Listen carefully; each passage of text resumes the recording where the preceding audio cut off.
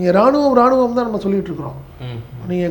நீங்கள் வந்து பார்த்தீங்கன்னா நம்மளோட கம்பேர் பண்ணுறப்போ விமானப்படையும் கடற்படையும் ரொம்ப வீக்காக இருக்குது பாகிஸ்தான். ஓகே, இப்போ இன்னும் சொல்ல போனால் விமானம் தாங்கிய கப்பல்கள் நம்மள்கிட்ட இருக்குது, அது ஜீரோ. பாகிஸ்தான்கிட்ட வந்து அந்த மாதிரி விமானம் தாங்கிய கப்பல்களே போர்க்கப்பல்களே இல்லை. நீங்கள் அதான் இத்தனையும் கடற்பகுதி நிறையா இருக்குது, நம்மளுக்கு குஜராத்லேருந்து ஆரம்பித்து நிறையா இருக்குது. பட் ஆனால் பாகிஸ்தான் வந்து அந்த கடற்படை வந்து ரொம்ப வீக்கு. அதே மாதிரி தான் இதுவும் அப்படி தான். எது விமானப்படையும் வந்து பெரிய லெவலில் கிடையாது, ஆனால் இராணுவம் ரொம்ப பவர்ஃபுல்னு வச்சுங்களேன். நீங்கள் அவங்க தான் அங்கே வந்து இப்போ இங்கே நம்ம எல்லாம் மூணும் ஒரே ஒரு நேர்கோட்டில் இருப்பாங்க, நேராக ஒரு முடிவு எடுப்பாங்க. நீங்கள் அங்கே அப்படி கிடையாது. ஆர்மி சீஃப் தான் அங்கே வந்து எல்லாமே முடிவு. நீங்கள் மற்ற ரெண்டுமே வீக். இப்படி தான் சூழ்நிலை.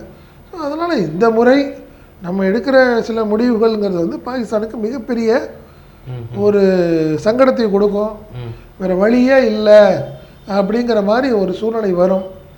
அதனால தான் இப்போ நீங்கள் சொன்ன மாதிரி நேற்று இரவுலேருந்து தொடர்ந்து அவங்க அந்த எதிர்ப்பு தெரிவிக்கணுங்கிறதுக்காக துப்பாக்கி சூட ஆரம்பிச்சிருக்கிறாங்க.